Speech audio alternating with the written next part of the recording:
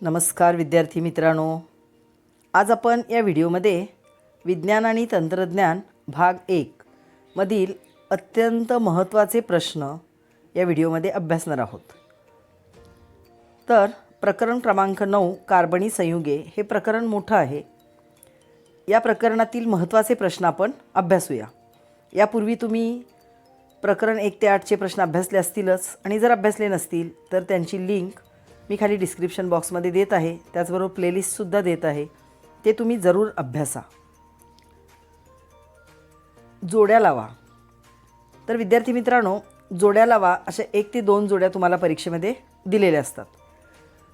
तर या ठिकाणी गट अ मध्ये रेणुसूत्र दिलेली आहेत आणि ते कशाचं रेणुसूत्र आहे किंवा त्याचं वर्णन गट ब मध्ये केलेलं आहे.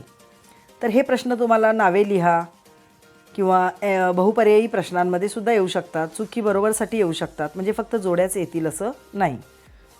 पहा, आपण याचं उत्तरच पाहूया. तर पहिलं रेणुसूत्र आहे C2H6. तर C2H6 हे संपृक्त हायड्रोकार्बन आहे, कारण हे अल्केन आहे आणि अल्केन ही संपृक्त हायड्रोकार्बन आहेत. अल्किन आणि अल्काईन ही असंपृक्त हायड्रोकार्बन आहेत. आता C2H6 म्हणजे इथेन. आता जर तुम्हाला इथेन, मिथेन किंवा अल्केन ओळखता येत नाही तर ते कसं ओळखायचं? तर CnH2n+2 हा आहे अल्केनचं, हे आहे सामान्य सूत्र. आता सामान्य सूत्रामध्ये n हे कार्बनची संख्या दर्शवते. आता हे अल्केन मी कसं ओळखलं? C2 म्हणजे nच्या जागेला त्यांनी 2 दिलेलं आहे, C2 झालं. H 2n म्हणजे 2 गुणिले n, nची किंमत 2 आहे, 2 दुणे 4 झाले ना, अधिक 2 6 झाले. C2H6 म्हणजे या अल्केनच्या सामान्य सूत्रामध्ये हे परफेक्ट बसते. 2 कार्बन आहेत म्हणजे इथेन आहे. तर इथेन हे संपृक्त हायड्रोकार्बन आहे, कारण त्याशिवाय इथं दुसरी जोडी नाही. इथेन असं दिलं असतं तर इथेनल असतं, पण त्यांनी संपृक्त हायड्रोकार्बन दिले. हे अल्केन आहे, अल्केन ही संपृक्त असतात. दुसरं रेणुसूत्र आहे C2H2. आता C2H2 तिहेरी बंध हे कसं दिलं पहा. तर तुम्हाला माहीत आहे कार्बनचा अणुअंक 6 आहे आणि अणुअंक 6 असल्यामुळे कार्बनचं इलेक्ट्रॉन स्वरूपण काय येतं? 2 4, म्हणजेच त्याची संयोजक आहे 4 आहे. आता या ठिकाणी C2H2 दिला आहे. C2 हे 2 झाले C आणि हायड्रोजन पण 2 आहेत. इकडे एक हायड्रोजन आपण कनेक्ट केला, इकडे एक कनेक्ट केला, त्याची एकच संयोजा संपृक्त झाली. मग राहिलेल्या 1 2 आणि 3 हे 3 बंधन, हा एक 4 बंधांनी संपृक्त झाला हा कार्बन. म्हणजेच इथं बंध काय आला? तिहेरी आला.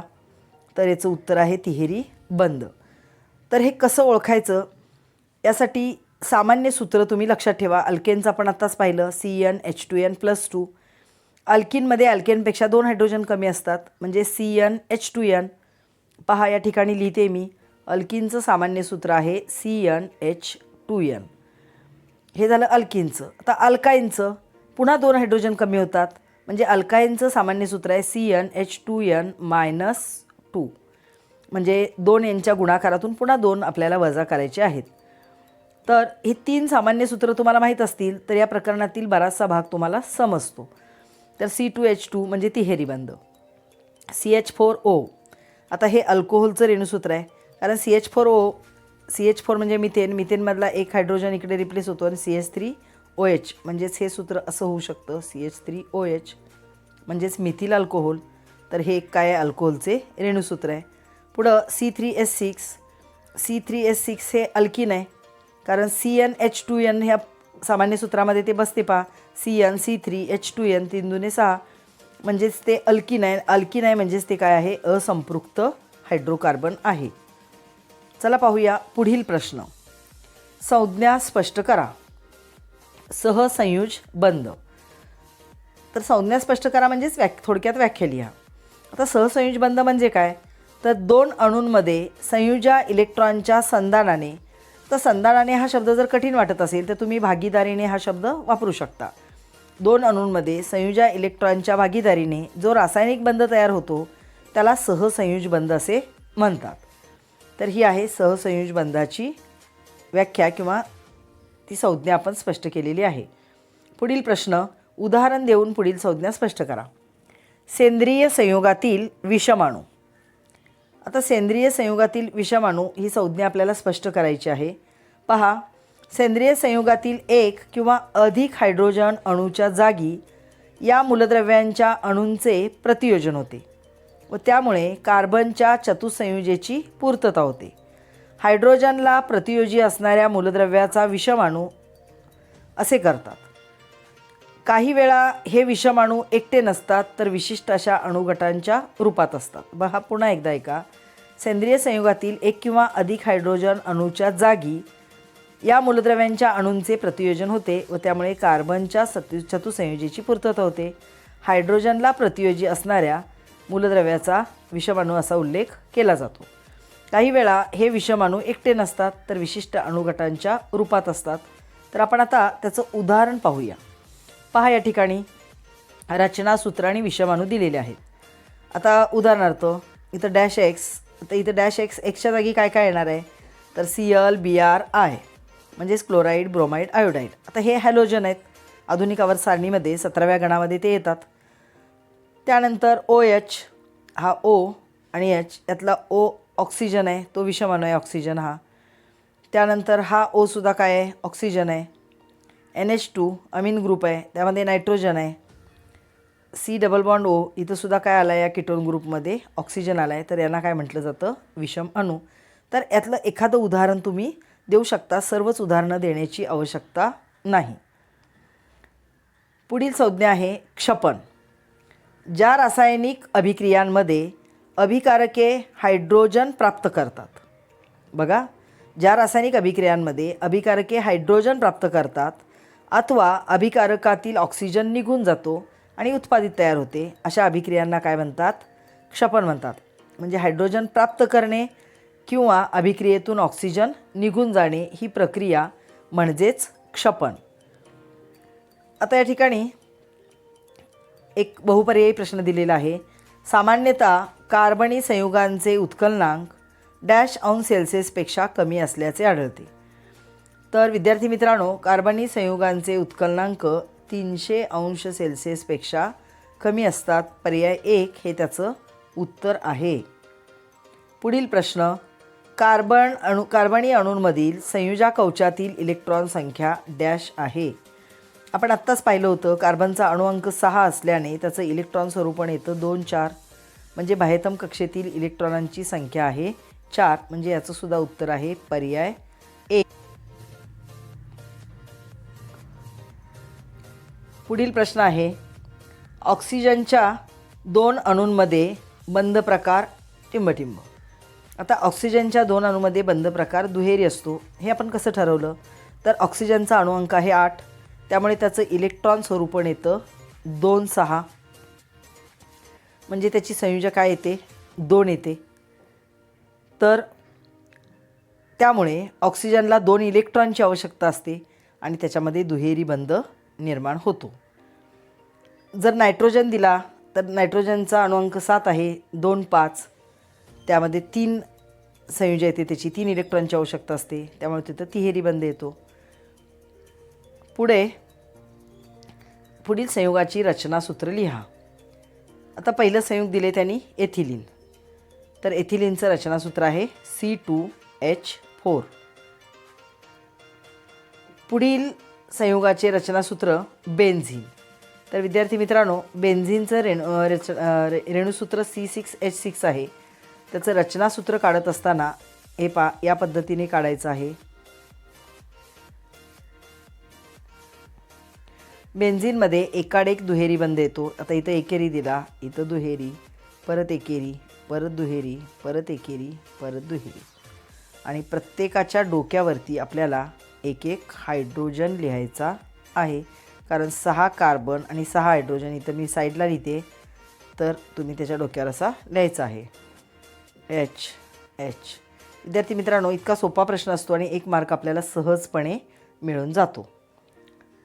पुढील प्रश्न आहे ॲसेटिक ॲसिड. तर CH3COOH. आता इथं सुद्धा आपण असं लिहू शकतो. इथं मिथेनमधील एका हायड्रोजनची जागा ॲसिड कार्बॉक्झिलिक ॲसिड या ग्रुपने घेतलेली आहे.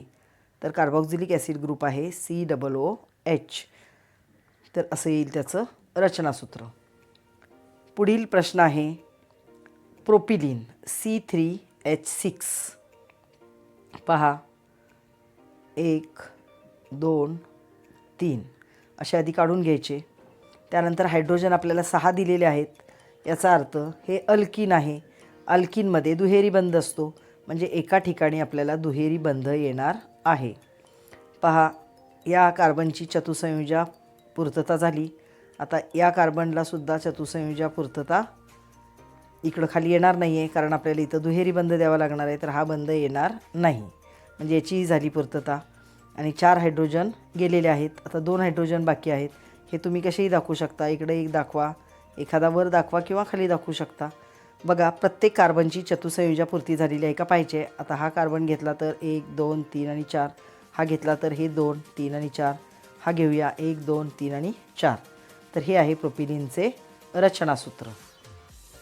पुढील प्रश्न आहे ॲसिटिलीन C2H2, म्हणजे हे अल्काईन आहे. C ट्रिपल बॉन्ड C आणि इकडे एक एक येईल हायड्रोजन. तर तुम्हाला जोड्या जुळवामध्ये हा प्रश्न होता.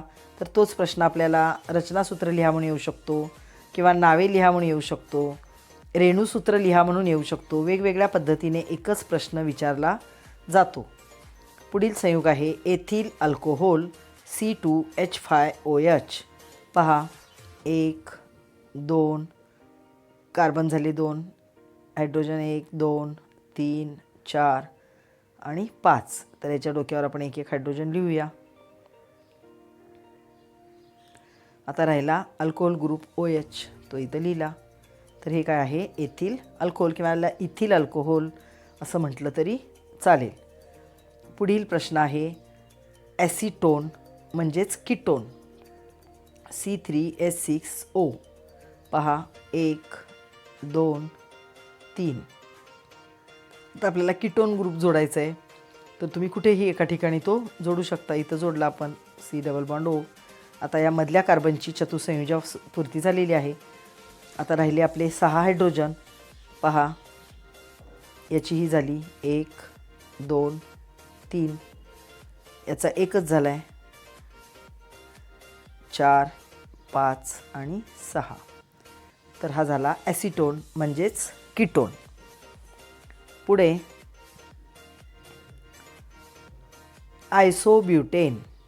आता आयसोब्युटेन C4H10 दिलेला आहे.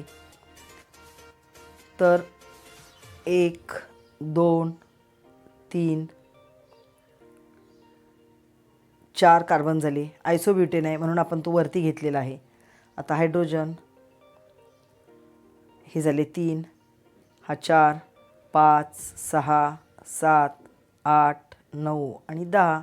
या प्रत्येकाच्या डोक्यावर आपल्याला एक एक हायड्रोजन लिहायचा आहे.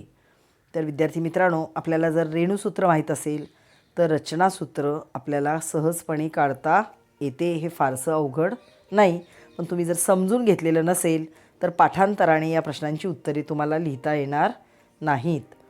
तर पुढील प्रश्न आहे पुढील रेणूच्या इलेक्ट्रॉन ठिपका संरचना व रेषा संरचना काढा. आणि रेणू दिला आहे हायड्रोजन. आता हायड्रोजनचं रेणूसूत्र आहे H2. तर इलेक्ट्रॉन ठिपका संरचना रेषा संरचना आपण पाहूया. तर ही पहिली आहे ठिपका संरचना. पहा हायड्रोजनचा अणुअंक 1 आहे. पहिल्या हायड्रोजनचा 1 आणि दुसऱ्या हायड्रोजनचा 1 मिळून त्यांचं द्विक पूर्ण झालेलं आहे. मध्ये 2 डॉट दिलेले आहेत. आता इकडं पहिल्या वर्तुळामध्ये पहिल्या हायड्रोजनची द्विकस्थिती पूर्ण झाली. हे दुसरं वर्तुळ पहा, दुसऱ्या हायड्रोजनची द्विकस्थिती पूर्ण झालेली दिसते. तर हे आहे त्याचं ठिपका संरचना.